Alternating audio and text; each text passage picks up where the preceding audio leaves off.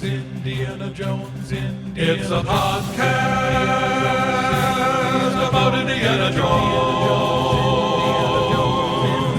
Every movie, 1 minute at a time. Indiana Jones Minute. Welcome back to the Indiana Jones Minute, the podcast where we get to the heart of Indiana Jones and the Temple of Doom, one flailing animatronic mannequin at a time. I'm Pete Mummert. I'm Tom Taylor. I'm Jerry Porter. And today we're joined by a fantastic film scholar and all-around good guy, John Ingle from the Alien Minute. Welcome back, John. Well, thanks for that effusive intro there. That was very flattering. Thank you. And I'm very glad to be back to talk about these specific minutes. Awesome. Yeah. I think last time you were here talking with us, we were in the tent and checking out the Ten Commandments lightning in Tanis. Yeah, that's exactly. Oh, yeah. Indy ditched Marion. Yeah, exactly. Some of the goings on in the tent, I'll talk about again today or tomorrow maybe. But okay. So kind of a mirroring of guest spots here. I think that there's a little bit of a correlation between the two spots in the movie, but we'll get to that later. Oh, and you also backed me up on my assertion that Totes Heil Hitler with the palm and everything was like maybe the best part of the movie. I mean, maybe one of the best parts of any movie to me. I mean, it was a huge influence on my desire to be a screenwriter, storyteller, filmmaker, however you want to put it. So, yeah. Awesome. Yeah, cool. Great minds. I thought you were going to say to be a bad guy. Well, at that age, it was one or the other. I just didn't know which way, Yeah. I know it is. That's what sucks. Pete will tell you, we always struggle with that. It's like as you get older, it's like your choices are dwindling. Yeah, Your career path is, getting carved out. Yeah. I mean, I could choose to be a villain right now, I suppose. I suppose I could finish recording with you guys right now and go out and rob a bank. Sure. But, I'm not really seeing the advantage of that at this point in my life. But see, the problem is like when you reach a certain point in life and avenues start closing down a little bit, like you can still be a villain, but super villain's probably out of the question at this point. Yeah, that takes years of preparation. Yeah. Well, you're not really a super villain unless you've had many years of hatred filling you, and that's true. A lot of long-term plans really help, like long play, yeah. But usually, I mean, you can't, also as you get older, and if you want to be villainous, it's like you just have more responsibilities. I know. Who has the time? Exactly. It's just weighing you down. Supervillains need to be fully invested in their supervillainy. You can't have kids and mortgages and all that. Yeah, I mean, you got to start young. Collie, take me away. Well, speaking of Kali taking people away, or at least taking them somewhere, we're here to discuss minute 106, which begins with Willie and Shorty preparing to go for a ride on a bridge, and it ends with our heroes clinging desperately to the side of a cliff. Okay, now I have something to share with Jerry. Everybody else can just tune out for a minute because no one's going to know what I'm talking about. But Jerry, in 1984, the summer this movie came out, I went to Tommy Creepy Camp with you for the first time. Yeah. And that's when we sort of actually became friends. Before we were just sort of stuck in the same room together by our parents, but we actually bonded at this trip. And that summer we met a girl who I'm not going to name because I've since defriended her on Facebook, and who knows if she's listening or not. But she sounded exactly and looked a little bit like Willie saying her "Oh my God" right here. Yes, she totally does. And you know what? We all had crushes on her. I get it. We did? Yeah. And we had let's be clear, we had a crush on her because she looked like Willie right here. Probably. I got a crush on Willie right now, right in this minute. Sure. You're not alone. Tom, I know you're a Twin Peaks fan, a big Twin Peaks fan like me. Yeah. And I just envisioned, as I sat there and listened to you guys tell the story between the two of you, I just pictured you as Ben and Jerry sitting around talking, eating brie and baguette sandwiches. In order to survive with them, reminds us of down by the river. I know exactly what you're talking about. That's awesome. Anyway, that'll only matter to a few people. Yeah. So Jerry and I just need to shove our mouths full of brie and butter. Well, speaking of shoving mouths full, do you think Indy and Willie can see the crocodiles down there? Do you think that's what they're looking at? I mean, Shorty and Willie, because they're looking around really alarmed, like they're looking down. Yeah. Do you think it's just because they're high up, or do you think they see the crocodiles? Well, they know that there are Crocs down there, obviously. I mean, because Shorty had his he already had his Croc experience. So I think it's because they're high and also they're completely surrounded, and the Crocs are a little bonus in there too.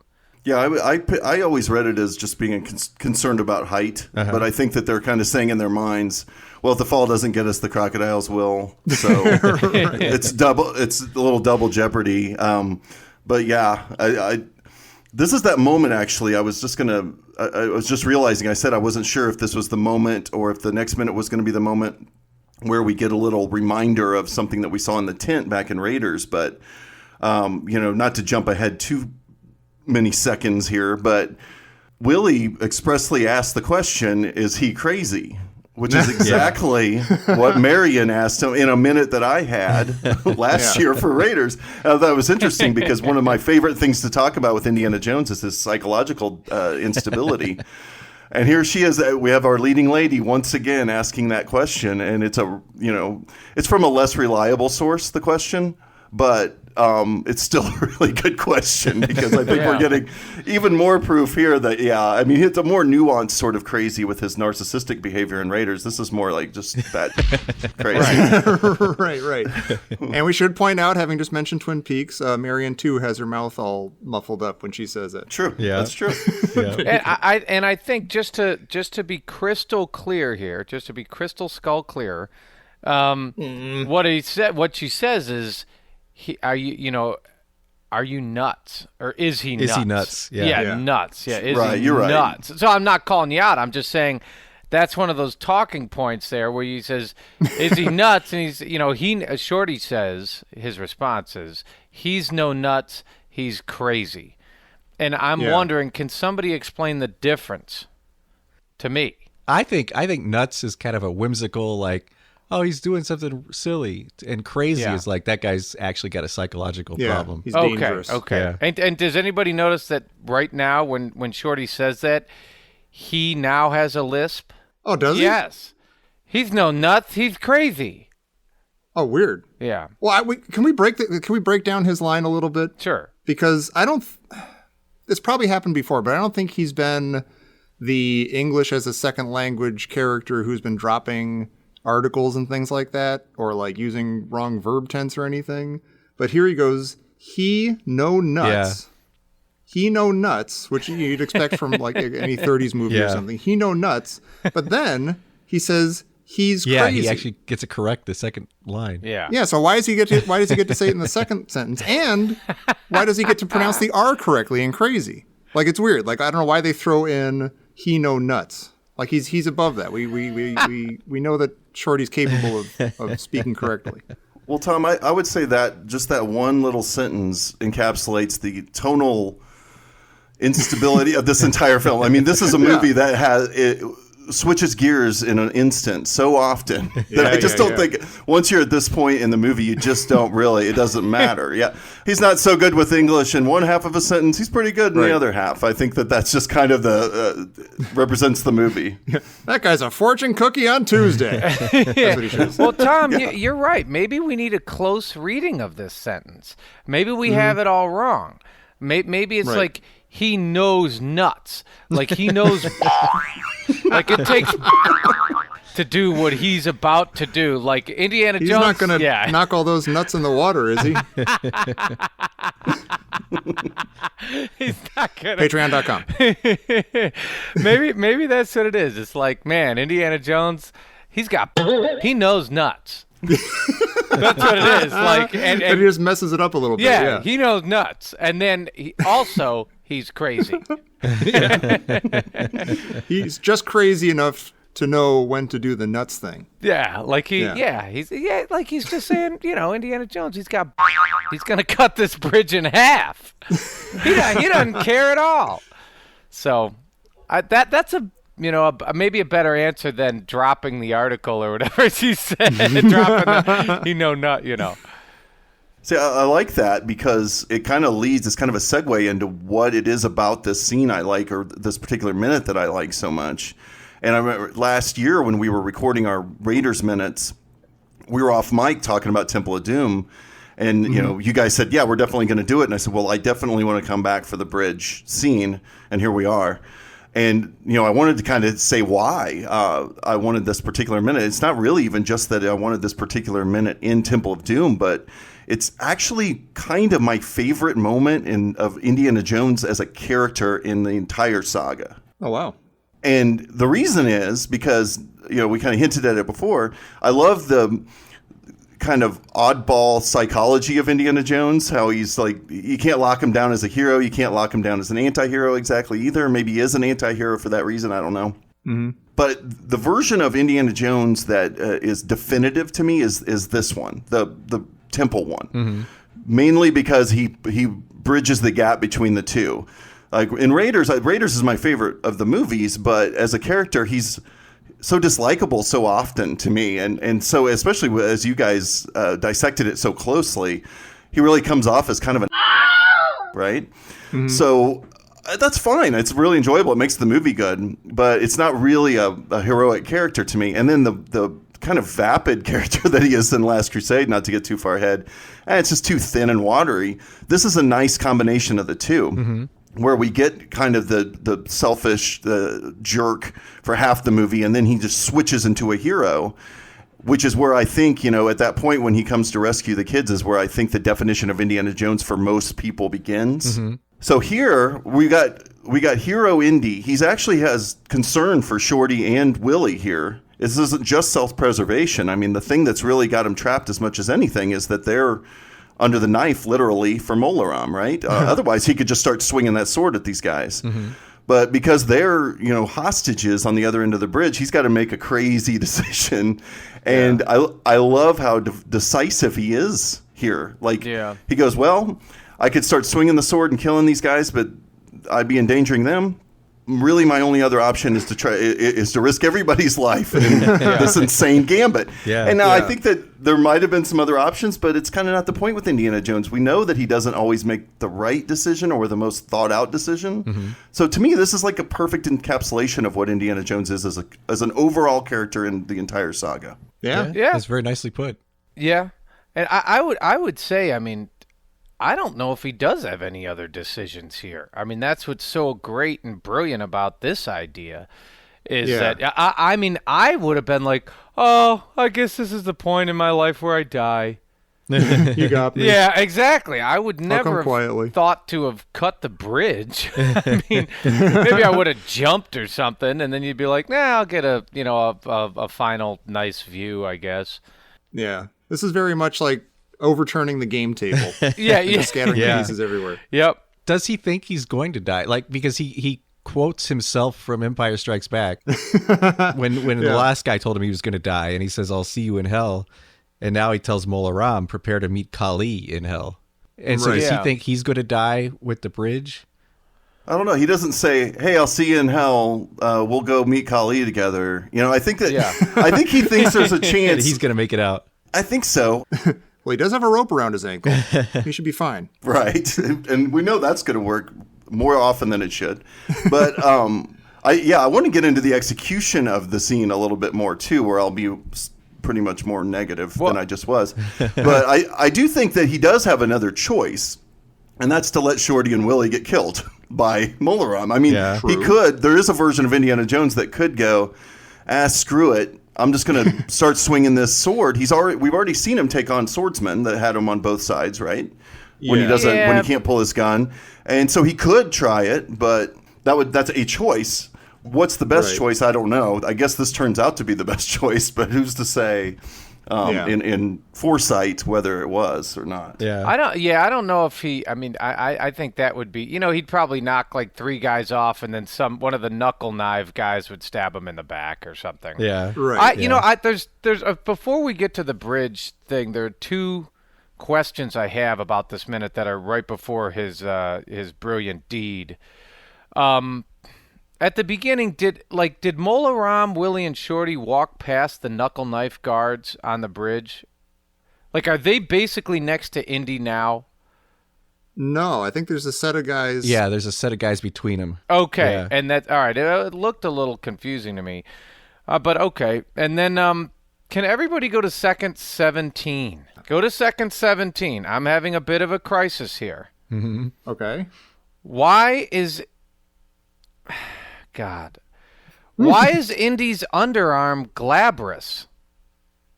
Like what? First you have to define glabrous, and then I'll answer your question distinctly. Like does he like glabrous is like a smooth skin, hairless? Like does Indy manscape? I think he just has very short armpit hair, maybe. I think he has really sweaty hair Yeah, here. I think It looks like, yeah. to me, like Okay. his hair's, and it's kind of coiled, like rolling under the arm or something, kind of coiled into little Okay. braids. Yeah. All It looks right. like he's got two little braids under his And then- arm. I mean, that could be does. some real extreme manscaping that he's doing there. Yeah. perhaps. Yeah. He's got quite a it freaks me out. I was like, well, okay. But it does all seem right. very sparse and Yeah, short. I You're thought right, like I is agree. he okay, like is he waxing? Cuz that's who. You know, this reminds me of when LL Cool J performed Mama Said Knock You Out live on MTV, whatever, Unplugged. And all I could pay attention to was the globs of solid deodorant under his arm. Who's with me? He was talking. He's like, he was talking about perspiration. Mama said, Yeah, my "Knock you armpit's gonna out." knock you out. Mama's gonna knock out that bad body odor. Right. But I digress. Well, so what is maybe to unpack this line a little bit more too when he says prepare to meet Kali in hell. Is he making a metaphysical argument here? Is it just an offhanded remark? Well, could we clarify? I mean, Pete, you might be the one to answer this, but just I'm assuming there's no place called hell in this religion. No, it's a Christian construct. Yeah, it's like okay. so. That's what I figured. It's just Indy's colonialism coming out yet again, Right. trying to push his Western belief system on these guys. That's all it is. Yeah. I mean, it's just typical Indiana Jones behavior. Yeah, your God is so false that you will find him when you go to the actual afterlife. There's the bad guys. Hell, you and Kali will both be there. Yeah. I think that's exactly it. Well, see, I was thinking that the officer from Echo Base was named Kali because that's why he says it weird. He doesn't say Kali, he says Kali. So I'm thinking, maybe, you'll meet that guy from Echo Base and you get there. Yeah. I like. By the way, do we know that it was before the first marker when his tauntaun froze? Because those are the conditions under which that guy would go to hell, Yeah. or would see Han Solo in hell. That's true. We don't know if that was the conditions. That's were the met. Star Wars guy. You know, let me ask: Is the in hell? Is it necessary? Does that make the line better? Like, couldn't it would have been kind of cool had he just been prepare to meet Kali, and he left it there. It's exactly like you would have talked to God. Yeah. Let's go see him Yeah. together. Yeah. You know what? Yeah. I would say because Lucas and Spielberg, as misguided as they were in so many other choices with this movie, they were gearing this a little bit more towards kids. I think the in hell, I remember that part of it really being impactful. Like when he says that, it's like in hell. I'm like, oh my God. Yeah. That's such a harsh thing to say, Indiana Jones. He's not kidding around. Yeah. I think that subtlety isn't a big part of this movie in general. So I think that in this case, it fits.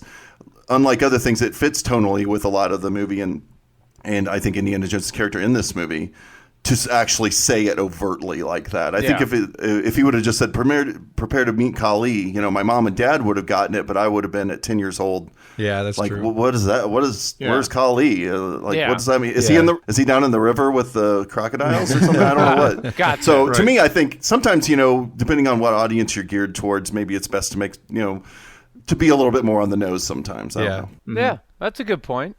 And that's better than saying prepare to meet Kali because I'm about to kill you. Yeah. Exactly. I'm going to kill you, Mola Ram.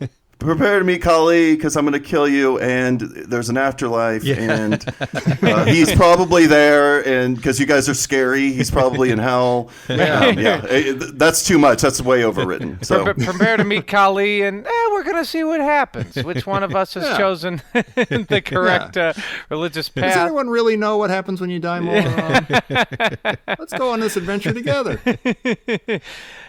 We'll see Wuhan, maybe. Yeah. So I have one more question for you guys. I want to see what you guys think about this theory that I have about this choice to cut the rope bridge.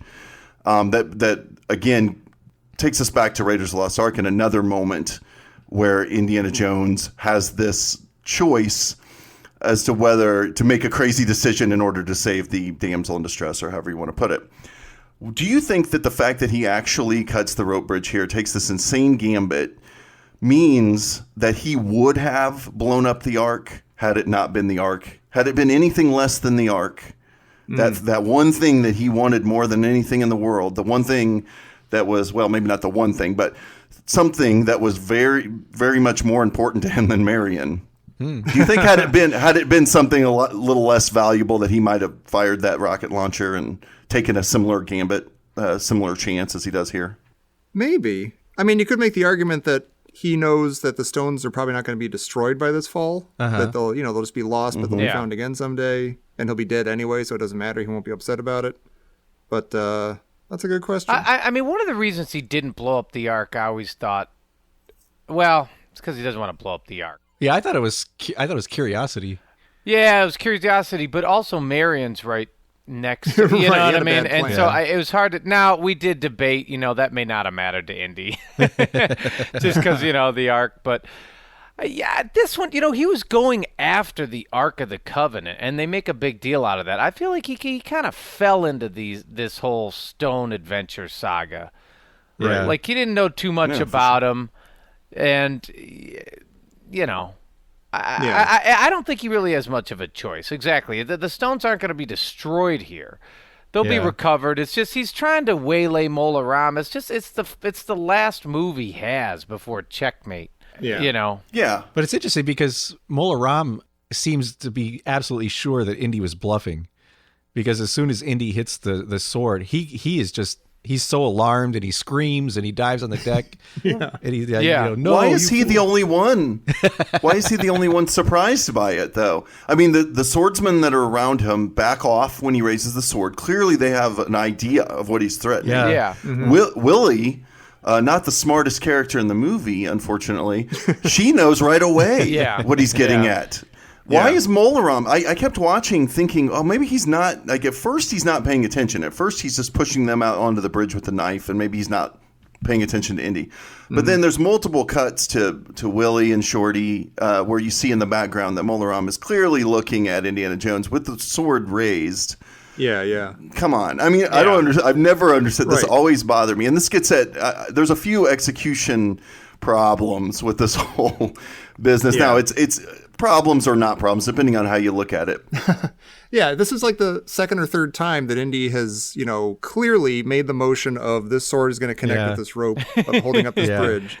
But maybe it is just like, Mola Ram's like, oh, he's bluffing that he's going to cut the bridge. And now when he starts making contact, he's like, oh man, he's really going to cut the bridge. This is horrible. What a dummy. We're all going to be killed. What's crazy is he seems surprised by the idea. Like he's surprised in the way it's like, oh my God, I never thought of that. Not I never thought he'd actually do it.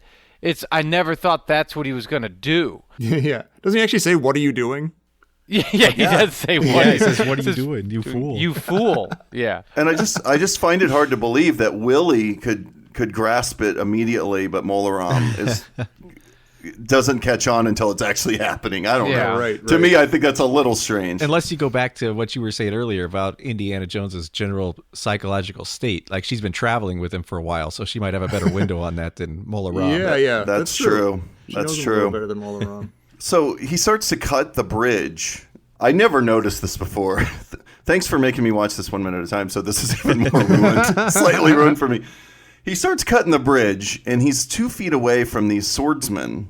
Yes. And not only are these swordsmen like baffled, like physically thrown off by it. Now that's understandable at first. You get one cut to them going like, whoa, what's going on? But then we get 3 cuts back to them, and they might as well be going, oh, what's going on? What are these guys doing? Like straight out of Scooby-Doo. No one makes any effort to stop him. Yeah. Yeah, or to run away or anything. Yeah. And it's fine if in the film, in the world of the film, it's fine that these guys wouldn't be able to. I can understand that they might be thrown off for a second, but the editing choice to cut back to them 3 times really drives home how kind of ridiculous it is. Right. It is interesting that everyone's reaction seems to be to just hang on and stay completely still instead of trying to run. Like, they might not have a chance to make it, but just run and panic to either end of the bridge and try to get off the bridge before this dummy cuts it open. They're like, everyone's just like standing still, trying to grab on. These guys aren't grabbing onto anything. No, these 2 guys, they're just standing there. You're right. Yeah. They raise their swords in the air and just wave their hands around. They look like they're posing for a picture. They're just like, here, we're bad guys with swords. Look at us. We're part of the ride. I think they're bad extras. Yeah, They maybe. might be. But I think this is a classic example of what, I mean, we've talked about this before, how Steven Spielberg said, if you notice these like inconsistencies, I've failed as a filmmaker. And the fact that this movie is such a roller coaster ride, like there are several of these things when you watch it 1 minute at a time, there are lots of inconsistencies or little things you're like, whoa, that doesn't quite line up. But when you're watching it at breakneck pace, like you can watch it again and again and again for years and never see these things. Right. Oh, yeah. Like, I think everything we brought up this minute and previous minutes, I never ever thought of, in 1984. I've noticed you guys have pointed out so many more continuity errors than I ever thought were in this movie, and like really bad ones sometimes, like the unbelievably bad continuity errors. Yeah. And now I put this on last night.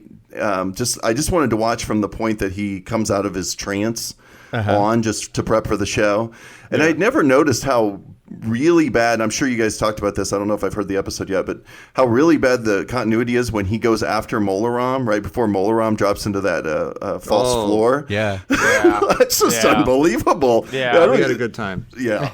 Anyway, so there's so much of that in this movie. Yet you're right. It's such a roller coaster ride, literally and figuratively, that you're caught up in it and you don't notice it when you first watch the movie, or the 20 times you watch it, just sit down and enjoy it. So it succeeds. And then, like I said earlier, these are either bad choices or not, depending on how you look at the movie. If you want to look at the movie through the lens of the B-movie serial that they, are obviously getting at, who cares? Right. Continuity doesn't matter. We're not looking for a perfectly executed film.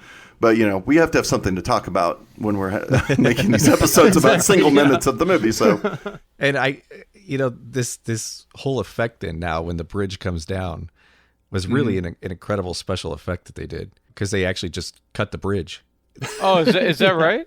Yeah, it was really amazing. Yeah. Because they had these engineers build this bridge, and then they had special cutters, and they had 14 animatronic mannequins on the bridge. And they put a whole bunch of sand on it. So when the bridge was cut, you would get the shape of the bridge even after it started falling. So it would really highlight the bridge falling. And then these animatronic mannequins would just start flailing as they fell through the air. Yeah, that's awesome. Yeah, it looks incredible. That does look incredible. incredible. The sand, or I guess what looks like just dust that sits there, and it kind of has the after image. That's one of my favorite parts of the movie. Yeah. Yeah, who would think to do that? Yeah. That's brilliant. And they almost didn't get this shot because it was a cloudy day and they needed some sunshine, because everything going on the bridge right before this is in blue sunlight. And it was cloudy and they didn't think they were going to get the shot. And then all of a sudden, because they had one shot, this was a one-shot deal. Like once they cut the bridge, they're not going to rebuild the entire bridge. So they had to get it exactly right in one take. And there was just this little window where the sun came out for just a minute, and they got the shot, and they nailed it. It was perfect. Oh my God. Yeah, I remember reading about the animatronic dummies, back in the old Starlog days and, 1984 and stuff. And the guys were like, yeah, it was such a good effect. And then when the guys hit the water, they were like, it looked like they were swimming. They were still moving around and looked like they were trying to swim in the water. It was like better than we ever planned. It was awesome. Did you guys talk about in the previous, I guess it might have been the previous minute to this, the mismatch shot of Indy, the one that doesn't quite match the rest of the sequence, where he runs out onto the bridge and looks and sees the guys coming from the other side, and it's all grainy and dark? We didn't, but you're right. It does look incredibly grainy when that happens. Yeah. Yeah, I guess I read an interview with, I think it was Frank Marshall a long time ago, about how this was one of the most challenging shoots he had ever, had with Steven Spielberg, basically, at sitting down to shoot, or preparing to shoot and executing this bridge scene. And that was one of the things that happened. You were talking about the cloudy days. They got that shot on a cloudy day, and I guess they didn't have a a good take that matched everything else, and they actually, in a major motion picture, they actually had to use this like completely mismatched shot. It happens sometimes, but boy, it always stands out to me. I always kind of liked it though. Yeah, it looks one cool. of those like imperfections in a film that actually like appeals to me. But yeah, I guess this was super stressful. Everything about shooting this bridge scene was super stressful, mainly because, like you said, cutting the bridge was a one-shot deal. Yeah. And had anything really gone wrong with it, they would have been back to square one and maybe had to even rewrite the whole thing and come up with something else. Yeah. So, this is good. I mean, this is good old-fashioned Spielberg, Lucas, seat of the pants stuff that they were doing back then, and it pays off. I think it pays off really well, despite the flaws of it. Like I said, I love this scene, and I think it does a lot for the entire lore of Indiana Jones. Yeah. Well, this is probably the best part of the movie. It could be, yeah. I know I said way back what my favorite minute of the movie was, but this is probably maybe the best minute of the movie? I don't know. Yeah, I'd say that. To me, it's either this. I mean, it is this to me. The only one that would challenge it would be the nice like dolly tracking shot into him when he's the first time we've ever really seen Indiana Jones be a real hero. Oh, sure. That low angle like zoom in on him, and then he punches a guy onto a floor of apparently like thick layer of soap or something that makes him like slide. Whatever it is, it's beautiful. And a kid looks up at him and smiles. It's the first time we ever really get Indiana Jones as hero. That would be my second favorite minute of the movie. Mm-hmm. I love how one of the guards hits the canyon wall before he, plummets into the river. Yeah. Like he's, on his way down, and it just called to mind, he must have been exceptionally bad. Remember in Raiders we had like the Nazi who got his eyes blown out? And we conjectured that, he actually did something super bad in life, and this is just that karmic retribution. They kind of throw you a bone. It's interesting too. Like I've been complaining about. I sort of complained about that first big long shot of the bridge where you see the entire bridge, and then it doesn't seem like it's as high as it should be, or something, or as you thought it was. And it also looked like there was only like a tiny little thin trickle of water. But now, as these guys are falling, it looks like there's plenty of water. Like there's a big torrential river down there now. Yeah. So I'm not totally sure why that is, but I'm okay with it. It is upriver from a dam that's under construction, so I wonder if some of that might have been that they didn't have control over how much water is going through at certain points. That's really interesting. That's probably exactly it. Because there's barely any water the first time you see the full bridge and the ground underneath it. Yeah, now it's a rushing like torrent of water, and these guys do look so realistic when they fall. Like it's incredible. Yeah. They don't look like dummies at all. Like no. Like flailing, boneless dummies. I guess because they're not. And then when they hit the water and you get those, this is like a nice non-gruesome way to show something really gruesome. Like all you really see is alligators spinning around in the water with some clothes. Yeah. But then you hear like all this horrified screaming and stuff. And people react as though they're seeing something horrifying. Really well done. And I'm surprised they chose to do it that way instead of showing like a crocodile putting its snout inside a guy's chest and ripping his heart out. Well, as far as the choice to make it less gruesome, I mean, I always thought it was kind of shocking when I was a kid. When I first saw this movie, I thought this was shocking, weirdly. Even though it was just crocodiles eating clothes, the screams, it all worked. That had that little movie magic effect on me.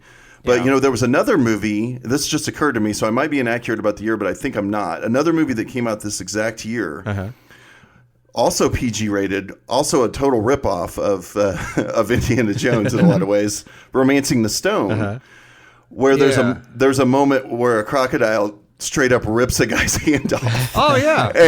And I thought, that seems much more of a Spielbergian choice. Maybe Zemeckis was such a student of Spielberg that maybe he thought, this is something Steven would do. And, shot this horrible. I mean, that one almost made me sick when I was a kid. When I saw it, it was so great. Of all movies, Temple of Doom, they held back on that. They actually made it a little bit more subdued, and yet it still had the same effect. Yeah. I feel horrible for the three guys that actually make it to the canyon wall still on the bridge. Oh, yeah. Only to fall seconds later. That's horrible. Can we talk about Molaram's fall? First of all, it scares the hell out of me. It's amazing, Yeah. But how does he break his plummet? Like I know he lands on a guy. Yeah, I know he lands on a guy.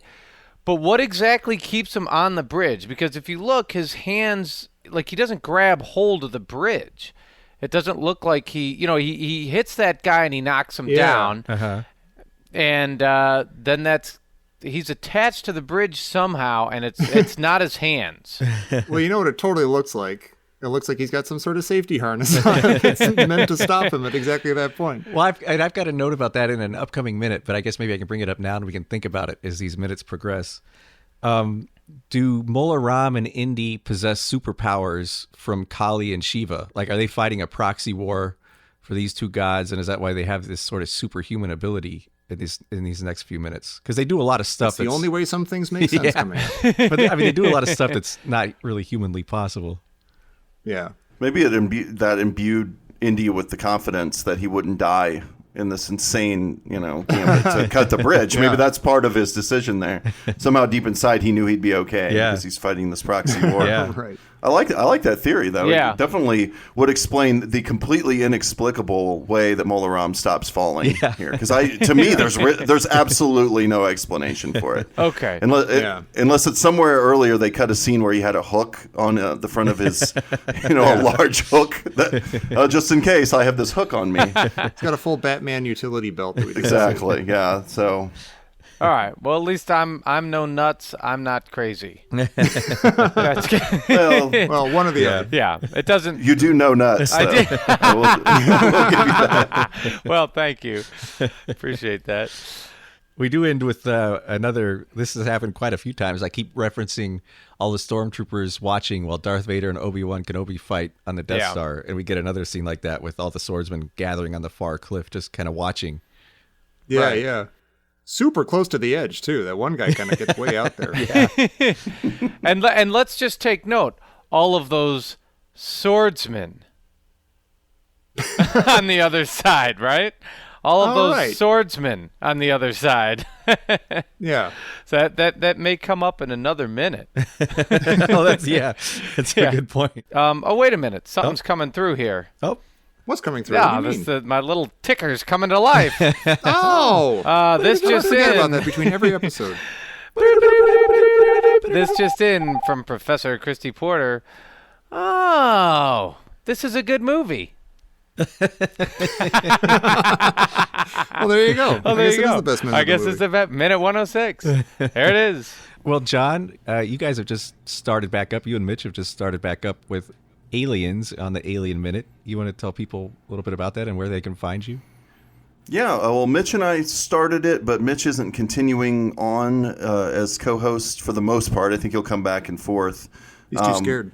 He's too Aliens is too scary. He's scared of braggadocious colonial marines. Yeah, we have a lot of guest hosts and things coming up, so it's going to have a little bit of a different feel than last season. But yeah, we're well into it now, and you can find us over at alienminute.com on iTunes, Stitcher, Google Play, probably any podcatcher that you're using. We're also on Twitter at Alien Minute Pod. Yeah, definitely check it out. We've all three been on the show, and I love it. It's absolutely fantastic show. Oh, yeah. Yeah. And you can check us out, kind of those same places, iTunes, Google Play. Wait, can I interject? Yeah. This is the perfect point to say that people really should check out our Patreon show at patreon.com/Indiana Jones Minute, because we're talking about Jaws, and we recently had another intense debate about nuts.